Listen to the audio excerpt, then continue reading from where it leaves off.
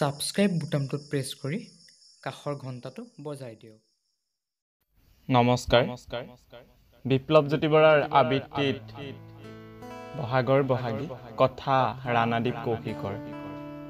তোমাৰ জীৱনৰ তোমাৰ সপোনৰ আলহী মই, তোমাৰ মৰম ভালপোৱাৰ পূজাৰী মই। অতীতৰ সেই মধুৰ দিনবোৰত তোমাক বিচাৰি গৈছিলোঁ মৰম নামৰ এখন নাটকৰ পথাৰলৈ। বিহুৰ সাজেৰে সাজি ৰৈ আছিলা আহঁতৰ তলত মোৰ বাবে তুমি। জেতুকাৰে ৰাঙলী হাতত বিহুৱান খামুচি, সপোনৰ কইনাজনীক কাষতে দেখা পাই লাজৰ উৰণি গুচাই চাই ৰৈছিলোঁ বহু সময় লুকা ভাকু খেলি। শুনিছিলোঁ দূৰৈত ঢোলৰ গুমগুমনি, সোণালী অসমৰ ডেকা গাভৰু আমি। দৌৰি দৌৰি গৈছিলোঁ হাতত হাত ধৰি বিহুৰ তলিলৈ বুলি। আমাৰ মৰম নাটকৰ নীলিম আকাশৰ চৰিত্ৰটো আছিল অতি মনোমোহা।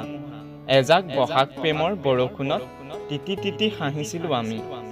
এতিয়া সেয়া যেন সাধু কথা, দুবছৰ আগৰ বহাগৰ সোণালী সপোনৰ কথা। আজি আকৌ আহিছে বহাগৰ বহাগী, কিন্তু আজি তুমি নাই মোৰ হৃদয়ৰ মঞ্চত।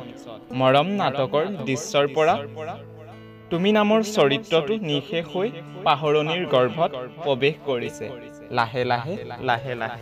ধন্যবাদ।